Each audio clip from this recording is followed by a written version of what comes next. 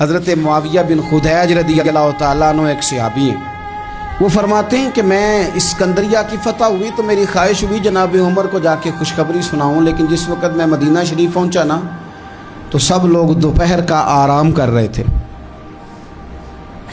اب ہمارے آرام میں کوئی خلل ڈالے سوال ہی پیدا نہیں ہوتا، اماں کو بھی اجازت نہیں ہوتی، اور پھر اگر کوئی سوتے ہوئے ہمیں اٹھا دے اور ہم جاگ جائیں تو پھر جو ہمارا رویہ ہوتا ہے اللہ ہی خیر کرے، بادشاہ سلامت کوئی جگہ دی ہے، ہم بہت سارے معاذ اللہ ادب آداب بھی بھول جاتے ہیں، نیند ضائع کر دی۔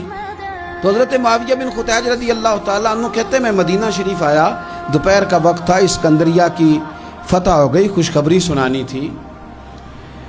تو مدینہ شریف جب میں پہنچا تو سب لوگ آرام کر رہے تھے، تو میں نے مناسب نہیں سمجھا سیدنا فاروق اعظم کے گھر جانا۔ میں نے کہا شام کو بات کروں گا۔ شام کو میری ملاقات ہوئی، گویا عصر کے بعد ملاقات ہوئی، جب مغرب میں ملاقات ہوئی تو میں نے کہا حضور وہ میں مبارک ہو اللہ نے فتح دے دی۔ تو آپ فرمانے لگے یار میں تو بڑی دیر سے منتظر تھا، سو نہیں سکا۔ تو کہتے ہیں میں نے کہا حضور میں تو اسی لیے نہیں آیا کہ آپ آرام کر رہے ہوں گے۔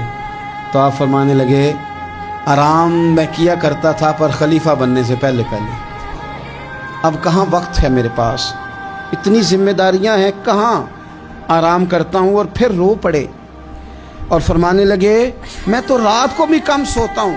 حضور کیوں؟ فرمانے لگے دن مخلوق کے کام دیکھتا رہتا ہوں اور رات ہوتی ہے تو رب کی عبادت کرتا رہتا ہوں۔ میں نے تو رات کو بھی سونا کم کر دیا۔ ہماری زندگی میں بہت ساری میرے بھائی ہماری ناکامیوں کی وجہ ہماری سستی بنی، ہماری کاہلی بنی، ہماری لاپرواہی بنی۔